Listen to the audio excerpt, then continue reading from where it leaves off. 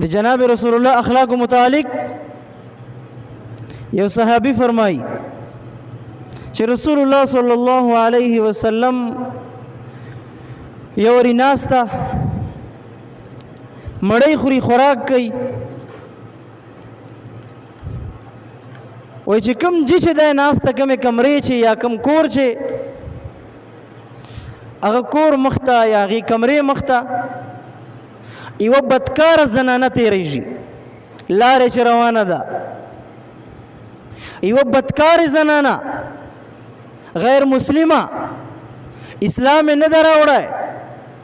همیشه یې ټوله زندگی چې بدکاری کړې ده